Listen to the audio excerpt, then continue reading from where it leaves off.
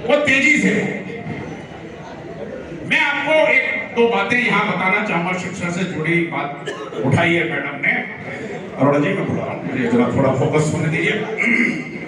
देखिए, सरकार जो है आजादी के बाद वो सरकारें आई, विभिन्न दलों की सरकारें आई, अपने अपने तरीके से सबने सेवाएं करी। स्कूल खोले, आईआईटी खोले, आईएम खोले,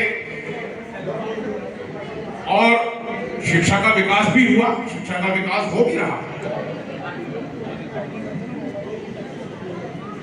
इसमें सरकारी संसाधन जो हैं वो, जो हमारा पॉपुलेशन जिस तरह से हमारी बढ़ी, उसके प्रोपोर्शनेटली में संसाधन सरकार सारे संसाधन शिक्षा के नहीं कर पाई। प्राइवेट सेक्टर्स को इनवाइट किया। प्राइवेट सेक्टर को सरकार ने इनकम टैक्स में छूट दी, सेल टैक्स। थोड़ा सा इधर से मैं चाहूंगा कि जरा मेरी बात को सुने, चर्चा बड़ी इंपॉर्टेंट है, हमने बड़े मन से चर्चा को रखा है, ये औपचारिक प्रोग्राम नहीं है केवल। आप सुनिए, जो बात हम दीनदयाल जी की कहना चाहते हैं उसको आप सुनिए। तो मैं ये कहना चाह रहा था कि जो ये प्राइवेट सेक्टर्स को इनवाइट किया गया, बिजनेस हाउसेस को, इंडस्ट्रियलिस्ट को, कि भाई आप स्कूल खोलिए, आप सेवा करिए। आपको हम 12A में, रमीज जी तो बैठे हैं, इंटरनेशनल कम्युनिटी को बिलोंग करते हैं, और जो पैसा आता है वो इनकम टैक्स फ्री होता है, उस पर इनकम टैक्स नहीं लगता।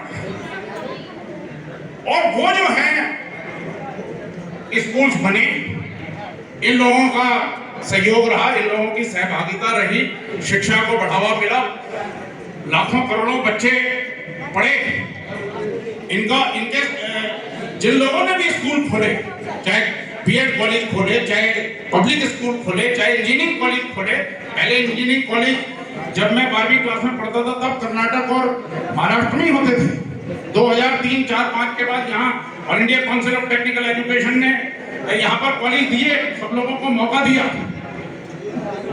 लेकिन जो मुख्य बात है वो ये है कि जो इस शिक्षा के क्षेत्र में जिसको लाभ मिलना चाहिए था, वो इसका स्टेक होल्डर था बच्चा, वो इसका स्टेक होल्डर था टीचर, वो इसका स्टेक होल्डर था पेरेंट, उसको इसका लाभ मिलना चाहिए था। लेकिन लाभ स्थानांतरित हो गया प्रमोटर्स को, लाभ स्थानांतरित हो गया बिजनेस हाउसेस को, लाभ इसका दूसरे लोग ले गए। और जो बच्चा, जो राधा जैन जी बात कर रहे थे, फीस हाइक की, ये बच्चा प्रभावित हो गया। शिक्षक बहुत कम पैसों में देश की सेवा कर रहा है। प्राइवेट सेक्टर्स का टीचर्स, उसका कोई प्रतिनिधित्व ही नहीं है, उसकी कोई बात ही नहीं है। मैं आपको छोटी सी बात बताता हूँ। ये भल्ला जी बैठे हैं मेरे पास, इनकी 2 बेटी हैं डीपीएस में। मैंने पिछली बार शिक्षक सम्मान किया था टीचर डे पे, तो administration do not give the permission to receive the award. Private sector का टीचर इतना ज्यादा डरा हुआ, वो कैसे भारत को विकसित करें। मैं इस मंच के माध्यम से, यहाँ जनप्रतिनिधि बैठे हैं, मंच बैठा है, जी बैठे हैं, आप सब बैठे हैं, मैं प्रधानमंत्री जी को यहाँ से उनको जो है निवेदन करना चाहता हूँ। प्रेस के भी कुछ लोग यहाँ पे मैंने बुलाए हैं कि वास्तव में शिक्षा में जो मूल इसके बेनिफिशियरी हैं, जैसे कृषि का जो मुख्य बेनिफिशियरी किसान होता, आपने देखा होगा किसान आंदोलन में कितना कुछ हुआ, देश को नुकसान हुआ। शिक्षक तो आंदोलन भी नहीं कर सकता। तो ये बहुत बड़ी चूक होगी, ये बहुत बड़ी भूल होगी यदि शिक्षक को और बच्चे को उसको जो है महत्व नहीं दिया जाएगा। तो राष्ट्रीय शिक्षा नीति तभी सफल होगी जब शिक्षक को और बच्चे को महत्व दिया जाए। इस देश के अंदर अंत्योदय श्री विद्यालय खोलने की आवश्यकता है।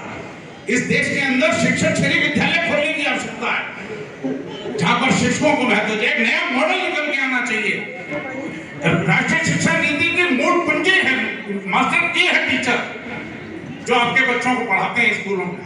और राष्ट्रीय शिक्षा नीति इसके बीच में इन्वॉल्व है, मैंने लिखा नहीं है। एकात्म मानववाद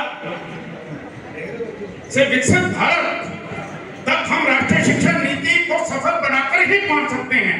और वो तभी सफल बनेगी जब शिक्षा, बच्चे और पालक पर सरकारें ध्यान देंगी और सरकारों को ये रिवाइव करना पड़ेगा।